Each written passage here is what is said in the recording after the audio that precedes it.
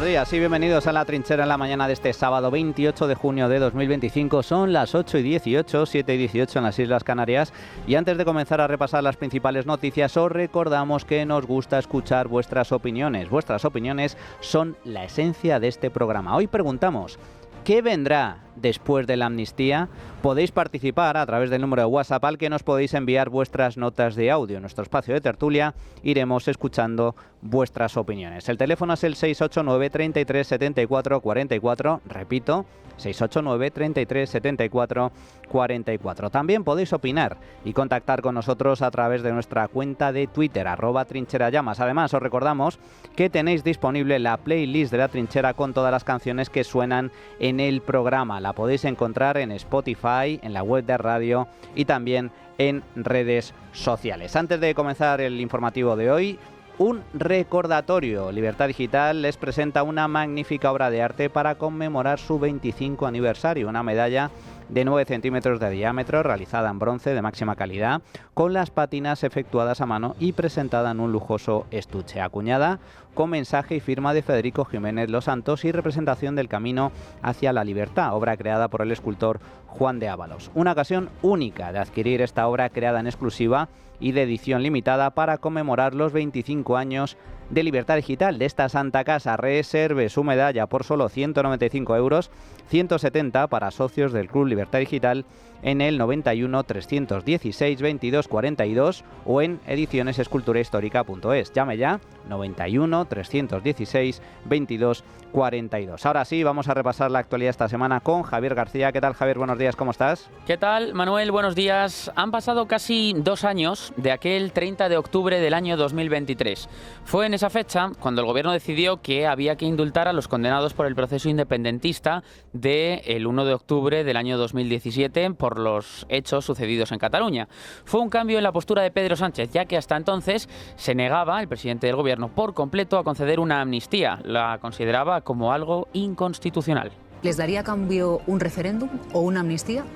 No, aparte que no es algo futurible, es que ya llevo 5 años gobernando. Es que el independentismo pedía la amnistía y no la ha tenido. El independentismo lo que pide, y lo saben ustedes, y lo saben los telespectadores, es la amnistía. Algo que desde luego este gobierno no va a aceptar y que desde luego no entra en la legislación ni en la Constitución. ¿Y una amnistía? ¿Eso se plantea? Es inconstitucional, eso es ilegal, eso no tiene cabida en nuestro ordenamiento constitucional. Esto es lo que decía el presidente del gobierno, pero llegaron las elecciones de julio del año 2023 y una de las exigencias del partido del prófugo Carles Puigdemont, si quería contar Sánchez con sus 7 votos para ser investido presidente del gobierno, era conceder la amnistía a los implicados en ese proceso del 1 de octubre, en ese proceso separatista. Entonces el gobierno de España pasó del no a la amnistía a defender la capa y espada. De las elecciones se desprende una razón aún más poderosa.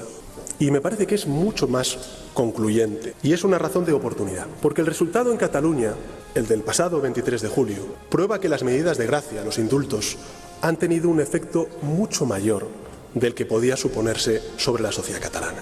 Cataluña está lista para el reencuentro total y por esas mismas razones, en el nombre de España, en el interés de España, en defensa de la convivencia entre españoles, defiendo hoy la amnistía en Cataluña por los hechos acaecidos en la década. La ley que elaboró el prófugo, Carles Puigdemont, prófugo de la justicia, también su abogado, Gonzalo Boye, que estuvo varios años, cabe recordar, en la cárcel por ser colaborador de la banda terrorista ETA, y elaborada también por el exsecretario de organización Santos Cerdán, actualmente imputado por un caso de corrupción, ha sido esta semana esta ley validada por la mayoría progresista del Tribunal Constitucional. Es decir, la ley ha sido validada por 6 votos a 4. Los 6 magistrados progresistas frente a los 4 conservadores. Hay dos magistrados más que no han participado ni en las deliberaciones ni tampoco en la votación. Ambos se habían incluso mostrado contrarios a esta ley y si hubieran votado se habría producido un empate a 6.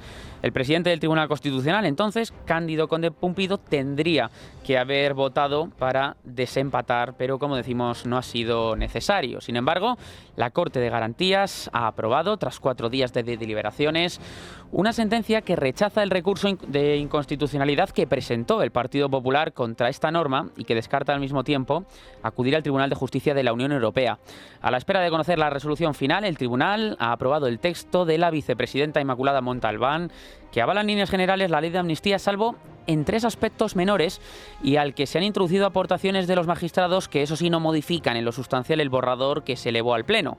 Vamos a conocer la sentencia del TC, la sentencia de Cándido Conde Pumpido, con nuestro compañero y jefe de tribunales de esta casa, de Libertad Digital, Miguel Ángel Pérez. ¿Qué tal? Buenos días. Buenos días. El Tribunal Constitucional que preside Cándido Conde Pumpido ha avalado con 6 votos a favor de la mayoría izquierdista y 4 en contra de los magistrados conservadores la ley de amnistía de Pedro Sánchez para los golpistas catalanes del 1O. El Pleno resolvía, como era previsible, el recurso de inconstitucionalidad presentado por el PP, aprobando sin apenas modificaciones la ponencia redactada por la vicepresidenta izquierdista del TC, Inmaculada Montalbán. Solo 3 puntos de la ley sin apenas importancia eran declarados inconstitucionales. Según informaba el propio TC en una nota de prensa, la sentencia rechaza la tesis de que la Constitución prohíba la amnistía como institución jurídica por el solo hecho de no contener una habilitación expresa. En este sentido, señala que el silencio constitucional no puede interpretarse como una prohibición de tal institución.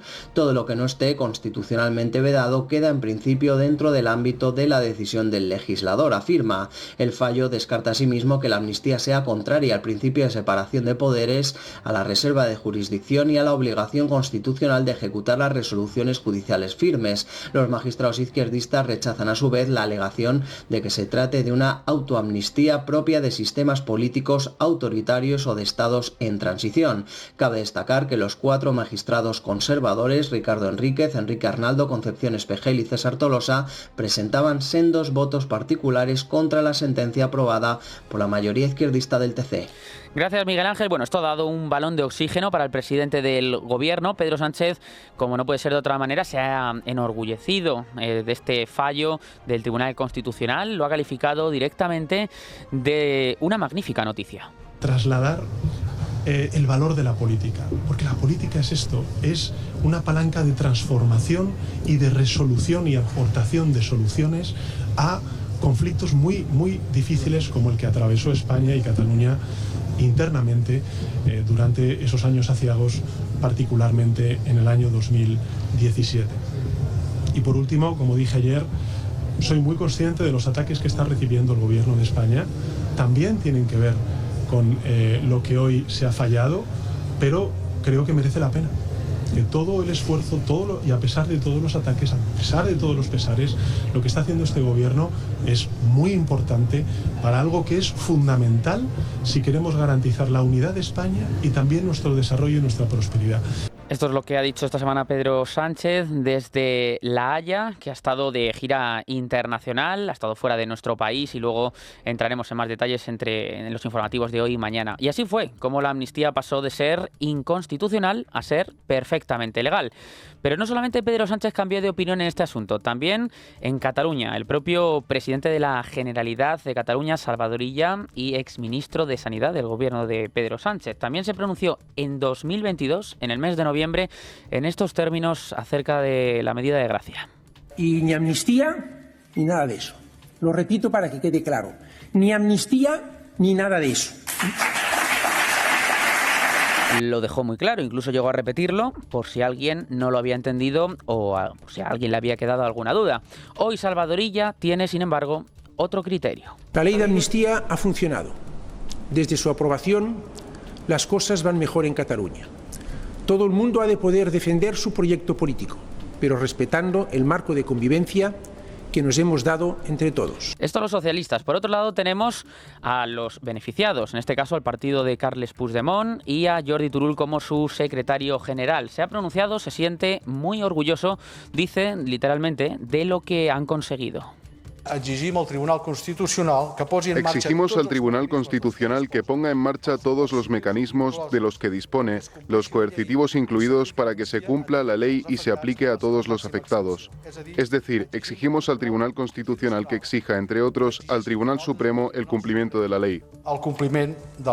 El propio Turull ha reconocido que solamente falta una cosa para que la felicidad sea completa, y es que el Tribunal Constitucional meta el delito de malversación dentro de la amnistía para así poder perdonar también al prófugo, a Puigdemont. Sin embargo, la Sala de Apelación del Tribunal Supremo ha confirmado esta semana la decisión de no amnistiar de momento el delito de malversación del expresidente de la Generalitat y también del exconsejero Toni Comín, lo que abre la vía para que ambos recurran. Le queda todavía esa oportunidad, precisamente, al Tribunal Constitucional de Conde Pumpido. El abogado del prófugo, Gonzalo Boye, ha anunciado que ya está preparando el recurso de amparo para que se aplique la ley de amnistía sobre su cliente y así que pueda regresar a Cataluña. La satisfacción en el sector independentista y en el gobierno de España es evidente, pero no todos opinan igual. El expresidente socialista Felipe González ha amenazado esta semana en una entrevista en Onda Cero, donde ha sido muy crítico con el actual gobierno, con no votar al Partido Socialista de Pedro Sánchez por ser responsable de una ley que ha tildado de una absoluta vergüenza. Esta autoamnistía es una vergüenza, pero una vergüenza para cualquier demócrata. Si esto se consolida tal como lo ha predicho el presidente del gobierno, conmigo nunca contará nadie que haya participado. Nunca contará nadie que haya participado en esto, que es pedirle perdón a los que han hecho la barrabasada. Sin ninguna duda se abre una importante brecha entre el filipismo y el sanchismo. No es el único socialista que piensa como Felipe González. En redes sociales también se ha pronunciado, por ejemplo, esta semana el expresidente de Aragón, Javier Lambán, ha asegurado que el aval del TC a la amnistía es un golpe letal a la Constitución y un triunfo para los independentistas. Dice que no resuelve ningún problema de Cataluña y que crea uno muy grave en España.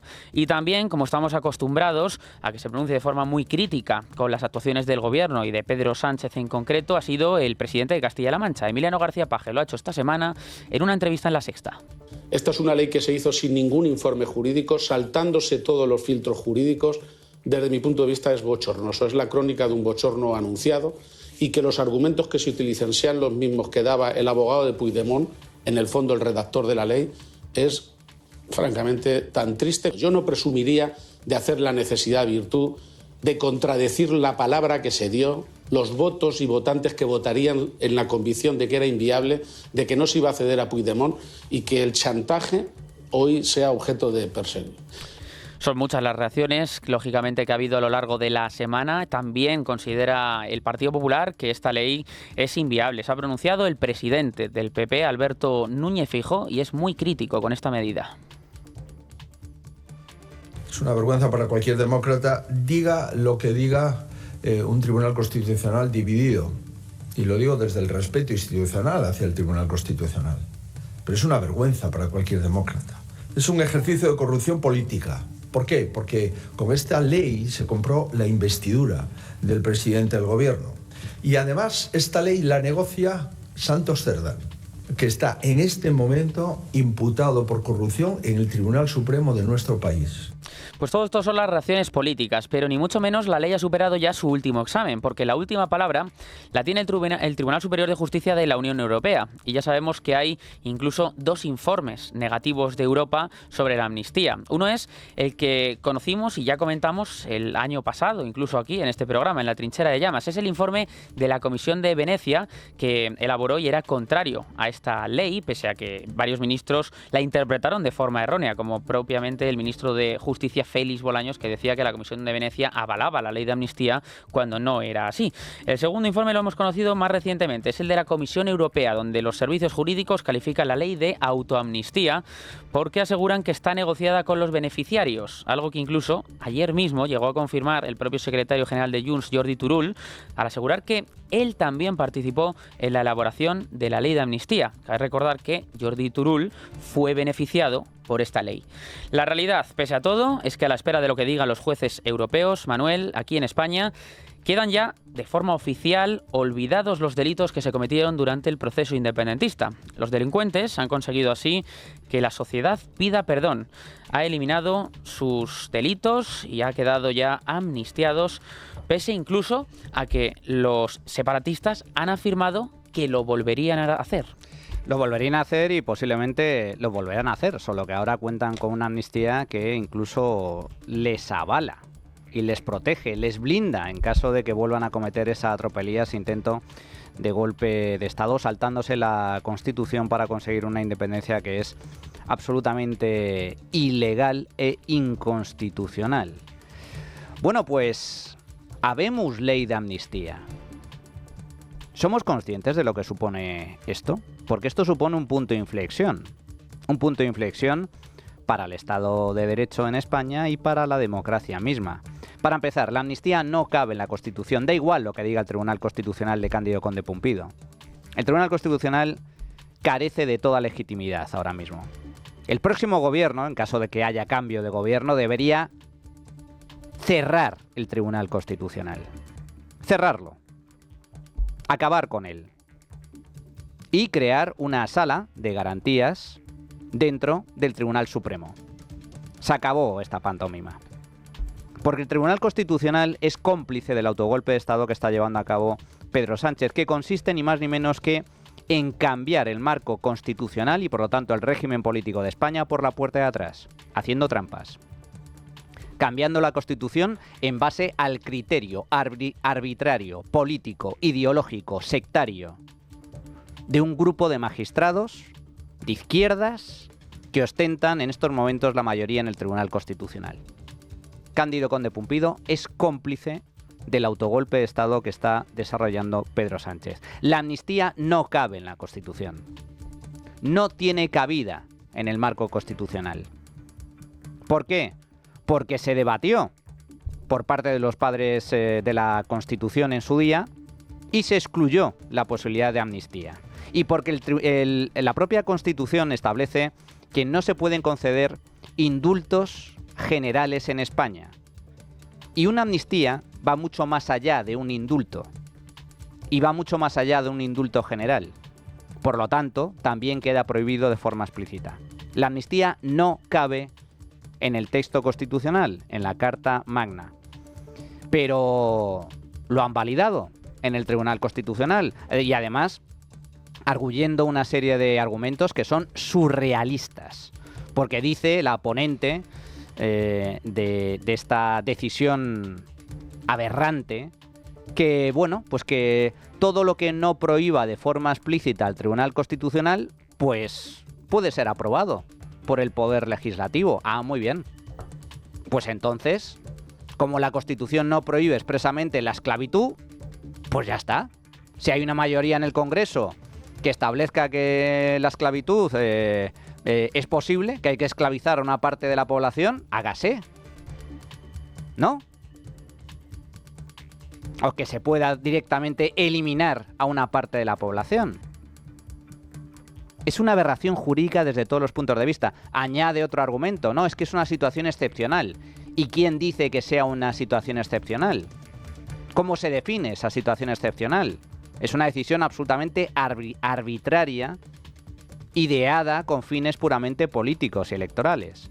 No caben excepciones en la ley. La ley es la ley, la Constitución es la Constitución y aquí estamos asistiendo a un incumplimiento, a una violación expresa de la Constitución española. Y esto es lo grave, porque esto significa que en España ha dejado de existir algo tan importante como el Estado de Derecho, o lo que es lo mismo, el imperio de la ley, que es uno de los fundamentos básicos de toda democracia liberal, de toda democracia representativa, porque el imperio de la ley establece las reglas de juego.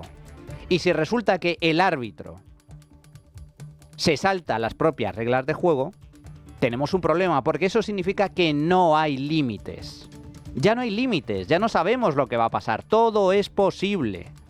Y además se vulnera otro principio esencial de cualquier democracia sana y estable, digna de tal nombre, que es la igualdad ante la ley. En España ha dejado de existir la igualdad ante la ley. Ahora hay ciudadanos de primera y ciudadanos de segunda, en función de si son útiles esos ciudadanos para el interés político del gobierno de turno. Resulta que unos políticos, en este caso separatistas catalanes, pues se sitúan por encima de la ley, son una panda de privilegiados a los que se le perdonan y se les borran los delitos por puro interés político. Son, por lo tanto, una casta que juega con otras reglas de juego al del resto de españoles. Cualquiera de nosotros que se nos ocurra violentar la ley, se nos aplicará la sanción correspondiente, incluso pena de prisión, pero a ellos no. ¿Por qué? Porque son útiles para el gobierno de Pedro Sánchez. Y esto es ya el colofón. La amnistía no solo es ilegal, no solo es inconstitucional, no solo es una aberración jurídica, no solo violenta el imperio de la ley, el Estado de Derecho, sino que además es profundamente inmoral, porque se concede única y exclusivamente para que Pedro Sánchez obtenga los 7 votos que necesita para quedarse en la Moncloa. Y esto significa que tenemos al peor personaje de la historia reciente de España al frente del gobierno, capaz de hacer todo y más con tal de mantenerse en el poder. Si hay que acabar con la Constitución, se acaba. Si hay que vender el Estado de Derecho, se vende. Si hay que acabar con el imperio de la ley, se acaba y se fulmina. Da exactamente igual. Todo con tal de mantenerse en la Moncloa. Terrible. Absolutamente terrible. Se ha cruzado el Rubicón. Ya no hay marcha atrás. Ya no hay líneas rojas. ¿Qué será lo siguiente? ¿Quién sabe? Pero no pinta bien. Como ven, los acontecimientos políticos que se están conociendo en las últimas semanas van a un ritmo tan frenético que incluso puede resultar difícil seguir la actualidad. No hay día que una noticia no sea protagonista y tape a la noticia que ocupó las portadas del día anterior. Y dicha noticia además no destaca por ser una información positiva para los españoles, sino todo lo contrario. Ya hemos hablado de la ley de amnistía, pero hay más temas, porque a la amnistía tenemos que sumar todos los casos de presunta corrupción que afectan directamente a la cúpula del Partido Socialista y también al Gobierno de España, y también la tensión que Pedro Sánchez está generando con Estados Unidos y la OTAN por negarse a llegar al 5% del gasto en defensa del Producto Interior Bruto, como el resto de países europeos, pese a que sí que firmó con el resto de países. Pero estos temas principales de la semana tampoco son los únicos, porque además incluso tienen sus correspondientes aristas, y no son pocas. Otra de las cuestiones noticiables son los ataques que el Ejecutivo de Pedro Sánchez lleva contra todo aquel que se atreve a cuestionar las actuaciones de su gobierno. Ante las informaciones que afectan a su mujer, a su hermano David Sánchez Pérez Castejón, al fiscal general del Estado Álvaro García Ortiz, a la cúpula socialista e incluso a varios de sus ministros, como Félix Bolaños, Sánchez decidió ya hace bastantes meses salir completamente al ataque. Por un lado, cabe recordar que tachó de pseudomedios a todos aquellos medios de comunicación que publicaron información relevante sobre su mujer, Begoña Gómez, y posteriormente no tuvieron reparo en señalar a los jueces que están investigando estos casos e incluso a la propia Guardia Civil. Respecto a la Benemérita, el Gobierno planea efectuar al menos 2 relevos en la cúpula de la Guardia Civil para tratar de controlar definitivamente la Unidad Central Operativa, la UCO, y reventar así las investigaciones de los casos Cerdán y Begoña Gómez, 2 procedimientos que se encuentran en fase de instrucción judicial y que acorralan a Pedro Sánchez. ¿Cuál es la estrategia? Para ello, Moncloa lo que está barajando es ascender al cargo de general al actual coronel jefe de la UCO, Rafael Yuste, para forzar así su marcha a otro destino y colocar en su puesto a un mando de la Guardia Civil supuestamente más permeable a las presiones del gobierno. Frente a esto, el portavoz del Partido Popular, Borja Sémper, ha lanzado esta semana un aviso importante al ministro del Interior, a Fernando Grande Marlaska, por lo que a su juicio consiste, dice, en camuflar este ascenso que decimos. En lo que dice Borja Sémper no es más que una purga. O sea, que van a purgar a la cúpula de la UCO, nos tendrán enfrente. Las fuerzas y cuerpos de seguridad del Estado seguirán trabajando con imparcialidad, neutralidad y bajo la dirección de los jueces y fiscales, no creando policías patrióticas. De las pocas cosas que me quitan el sentido del humor es el ataque indiscriminado a la Guardia Civil. Indiscriminado e injustificado. Entre otras cosas porque estoy aquí gracias a la Guardia Civil. A la UCO se la defiende dándole más medios, dándole evidentemente más personal, como realiza este gobierno. Estos son los ataques del gobierno de Pedro Sánchez a la Guardia Civil, que está investigando los casos de presunta corrupción que cercan cada vez más a Pedro Sánchez. Pero no son los únicos. Llevamos muchos meses viendo cómo los jueces también se han convertido en el punto de mira del Ejecutivo. Ante ello, el ministro de Justicia ha impulsado una reforma judicial con 4 apartados clave con el fin de someter al Poder Judicial. Es decir, el gobierno de Pedro Sánchez ha puesto en marcha 4 reformas diferentes, pero relacionadas unas con otras, que en realidad persiguen el mismo fin, que es neutralizar la acción judicial. Es la conocida Ley Bolaños. Dentro de esta Ley Bolaños vamos a hablar de ella porque precisamente hoy va a haber una protesta multitudinaria frente al Tribunal Supremo, donde jueces y fiscales se van a manifestar en contra de todas estas reformas. La primera podría ser incluso aprobada antes del verano. Contempla modificar el sistema de acceso a la carrera judicial y fiscal. Irene Ortega, buenos días. Buenos días. Sí, el Ejecutivo va a rebajar notablemente los criterios exigidos a jueces y fiscales en los exámenes de acceso y va a permitir además la entrada masiva de jueces sustitutos o, por ejemplo, de juristas como abogados, funcionarios de justicia o graduados sociales. El PSOE tiene la convicción de que la mayoría de la carrera judicial y fiscal es conservadora y por eso quiere contrarrestarlo con estómagos agradecidos. Además, van a convertir el Centro de Estudios Jurídicos en un centro de preparación de opositores que será controlado exclusivamente por el Ministerio de Justicia. En segundo lugar, otro de los apartados de esta ley Bolaños, quieren sacar adelante la anunciada reforma del Estatuto del Ministerio Fiscal, que incluye una serie de medidas de maquillaje que esconden en realidad un mayor poder para el fiscal general del Estado, cercenando el contrapeso que ejerce el Consejo Fiscal, ¿no? Así es, y lo más grave de esto es que la reforma otorgará a la Fiscalía la dirección de la Policía Judicial en las investigaciones, es decir, que el Gobierno controlará a través de la Fiscalía la Unidad Central Operativa de la Guardia Civil durante toda la instrucción.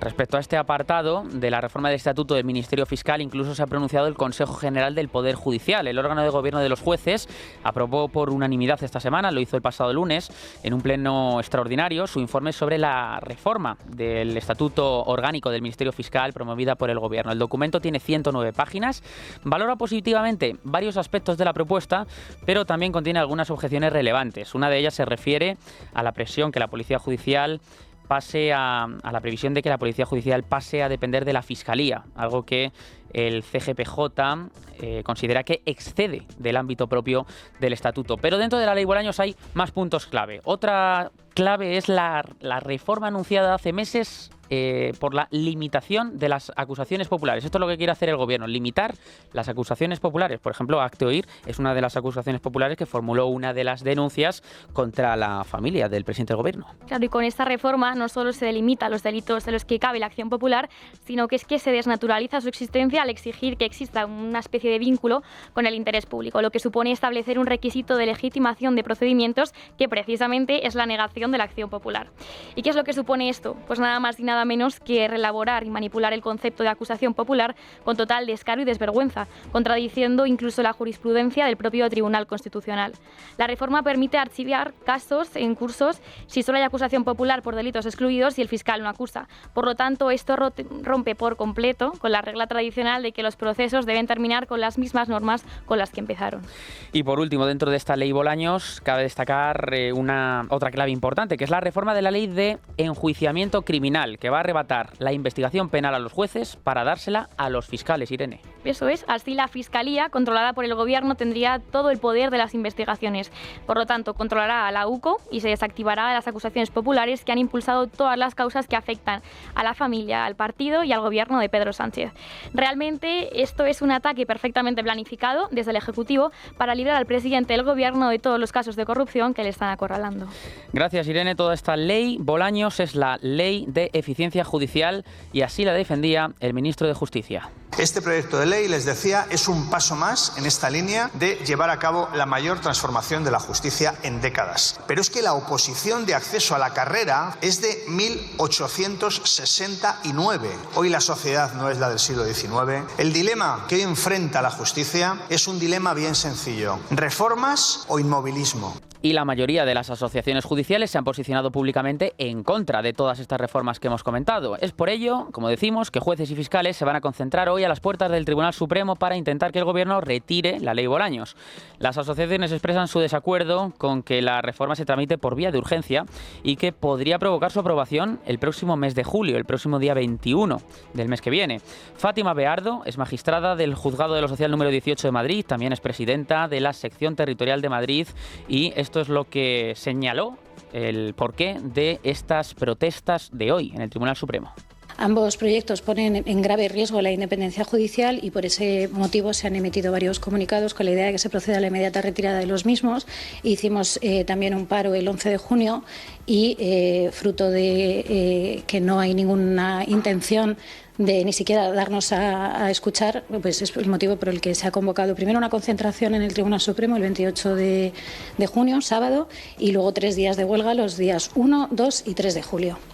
Pues estaremos muy pendientes, Manuel, de todo lo que ocurra hoy en esta concentración. Será a partir de las 12:30 en el Supremo, por cierto, donde un equipo de esta casa de Libertad Digital va a acudir para poder contarles y narrarles todo lo que ocurre. Mañana también lo contaremos aquí en este programa. Por cierto, Justicia ha anunciado que descontará de las nóminas las jornadas de huelga a los jueces y fiscales que participen en las jornadas, como hemos escuchado en el audio de Fátima Beardo, las jornadas del 1, 2 y 3 de julio que se prevé que vayan a la huelga. Bueno, pues huelga de jueces y fiscales contra el ataque atroz que está cometiendo el gobierno contra la independencia de los jueces. Concentración esta mañana a las 12:30 enfrente del Tribunal Supremo, a las puertas del Tribunal Supremo, una concentración que se va a producir hoy y que luego pues va a continuar con una serie de huelgas, de 3 días de huelga, en principio con el apoyo de la inmensa mayoría de asociaciones de jueces y de fiscales.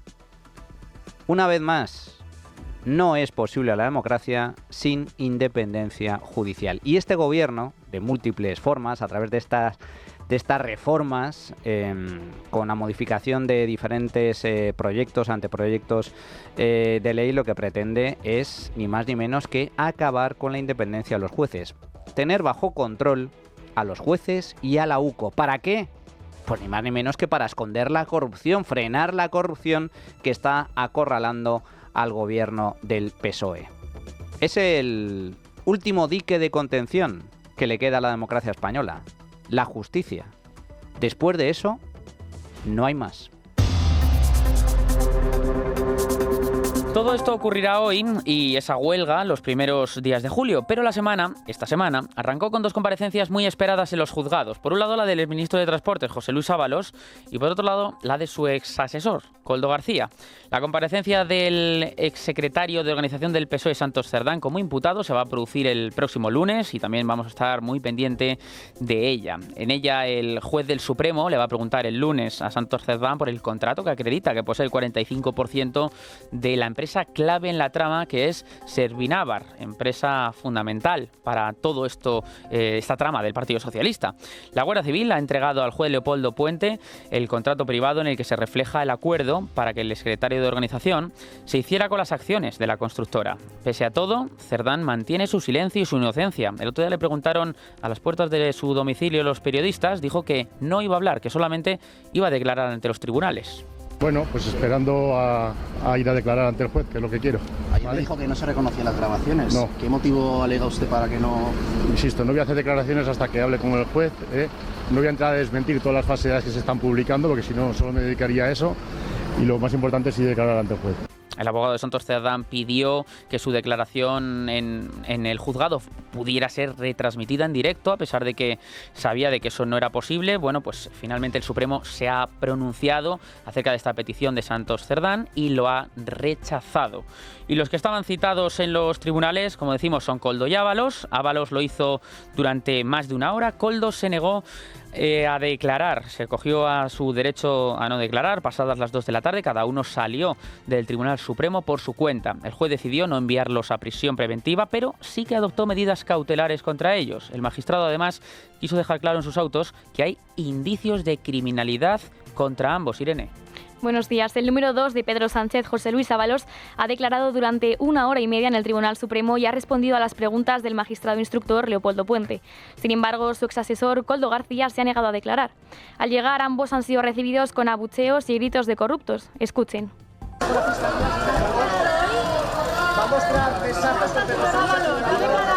Ábalos ha sido muy claro en sus declaraciones. Se ha insistido en que no se reconoce ni sabe de dónde vienen los audios. Es decir, que sin decirlo directamente ha dado a entender que quizás las grabaciones puedan estar manipuladas, acusación que la UCO ya ha desmentido. También ha hecho especial hincapié en que ni ha participado en la trama de adjudicaciones irregulares de contratos públicos ni era consciente de que estos se produjeran.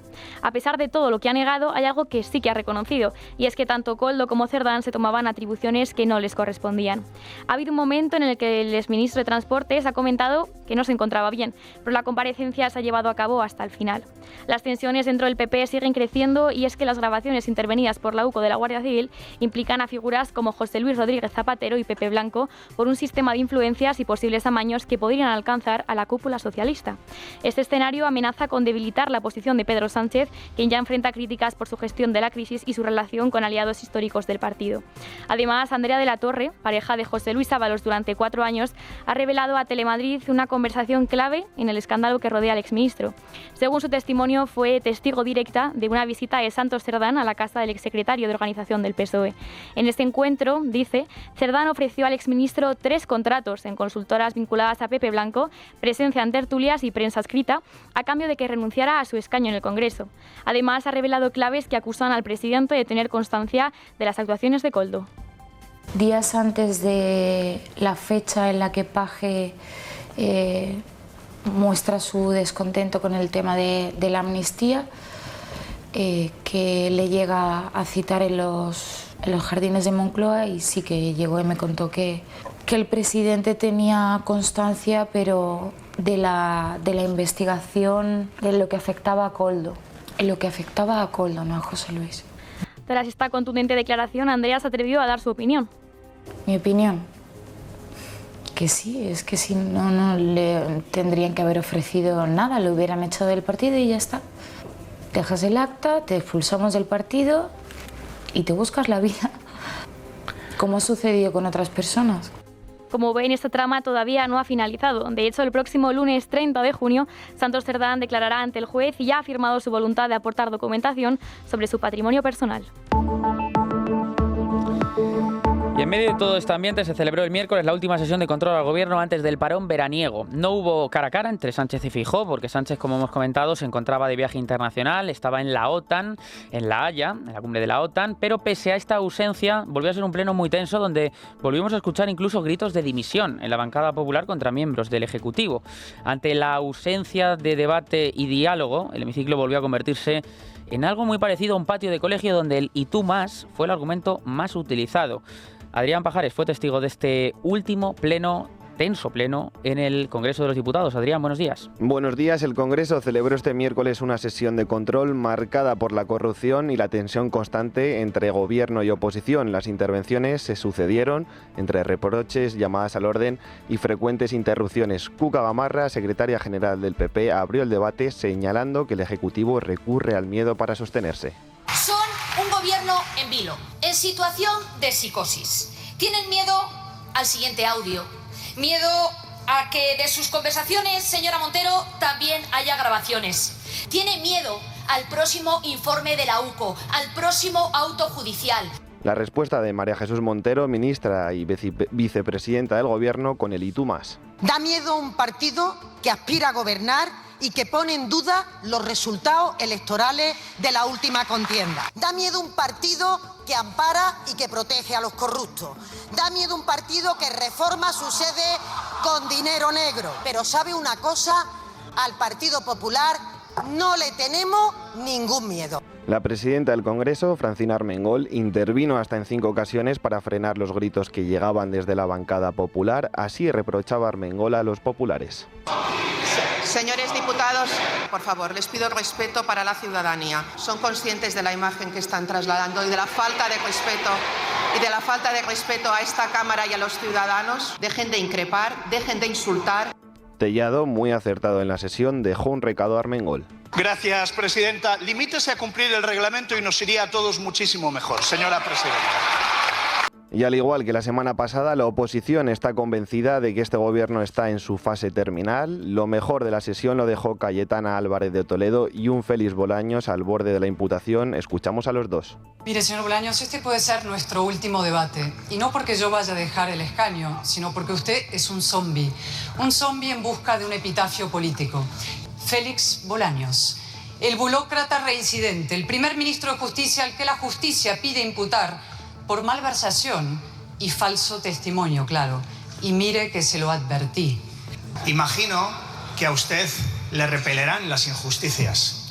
Y si le repelen las injusticias, pues deberá saber que ayer se cometió una. y que deje pasar unos días, porque efectivamente la bola de cristal le funcionó, por lo que sea, pero deje pasar unos días y veremos cómo esta injusticia se aclara en unas solas semanas. Elías Bendodo, por su parte, pide a Yolanda Díaz que deje de ser cómplice de la corrupción y que rompa con el gobierno.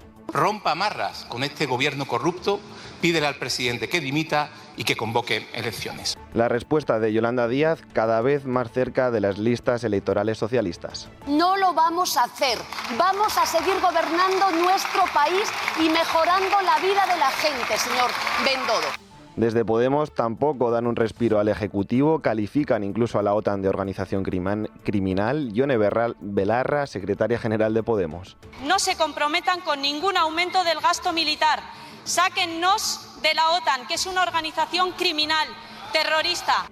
El Gobierno cerró la sesión acusando a la oposición de ignorar los avances legislativos y ya fuera del hemiciclo, Alberto Núñez Feijóo y Santiago Abascal se reunieron en la Cámara Baja y, según ha podido saber Libertad Digital, el encuentro fue cordial y respetuoso tras meses sin contacto y ambos han comentado el contexto político nacional e internacional ante la deriva sanchista. ¡Aleluya! Vox y Partido Popular y Vox hablando. Menos mal, ya era hora. Amigos, Feijóo, Abascal, Feijóo, que son los principales partidos de la oposición, que es la única alternativa, la única opción factible, realista, para poder sustituir a este gobierno desastroso, presidido por Pedro Sánchez. La oposición, el Partido Popular y Vox, el centro derecha, la derecha, están condenados a entenderse. Y más vale que empiecen a dialogar y que empiecen a estudiar, a diseñar una posible estrategia electoral y política para las próximas elecciones generales, que no sé cuándo serán, pero habrá elecciones generales, al menos de momento. Hablen, acuerden, piensen en cómo ganar las próximas elecciones de forma inteligente, porque... Y esto es importante. Son muchos los que a raíz de los últimos escándalos de corrupción, especialmente tras ese demoledor informe de la UCO, dan por muerto a Pedro Sánchez. Pues no se fíen. Pedro Sánchez sigue vivo. Pedro Sánchez sigue en la Moncloa. Tocado, sí, pero no hundido. Está viviendo sus peores momentos, sus momentos de mayor debilidad y...